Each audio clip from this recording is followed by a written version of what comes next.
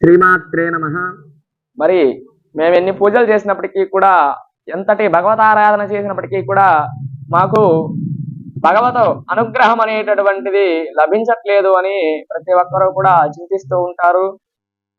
ఇది చాలా వరకు అప్రామాణికం. మరి భగవతారాధన చేయటం వలన సంపూర్ణమైనటువంటి ఫలితం ఉంటుంది. అందరూ కూడా భగవతారాధన చేస్తూ ఉంటారు, ఫలితం రాలేదనేటటువంటి చింతపడుతూ ఉంటారు. మన వంతు ఏంటి? మానవునిగా మన యొక్క మనసుని భగవంతుని చెంత ఉంచే విధంగా ప్రయత్నించాలి. అంతే తప్పనిచ్చి వచ్చేటటువంటి ఫలితంతో కాన్సన్ట్రేషన్ చేసి భగవంతుని యందు మనసుని పెట్టడం లోపిస్తూ ఉంటుంది యొక్క మానవునికి. కాబట్టి చేసేటటువంటి భగవత కైంకర్యాలలో సామాజిక సేవ యందు దృష్టి ఉంచాలి తప్ప వచ్చేటటువంటి ఫలితంపై దృష్టి ఉన్నట్లయితే మనం చేసేటటువంటి పూజ ఎంతవరకు ఆలోచించండి అందరూ కూడా.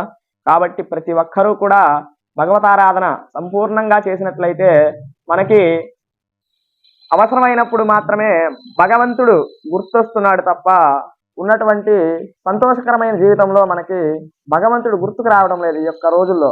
కాబట్టి అందరూ కూడా భగవతారాధన చేయండి. ఆ యొక్క భగవంతుడు తప్పక ప్రతి ఒక్కరికి కూడా అనుగ్రహిస్తాడని తెలియచేస్తూ, ధర్మో రక్షిత రక్షిత, ధర్మాన్ని ఆచరించిన యొక్క ధర్మం అందరినీ కూడా రక్షిస్తుంది.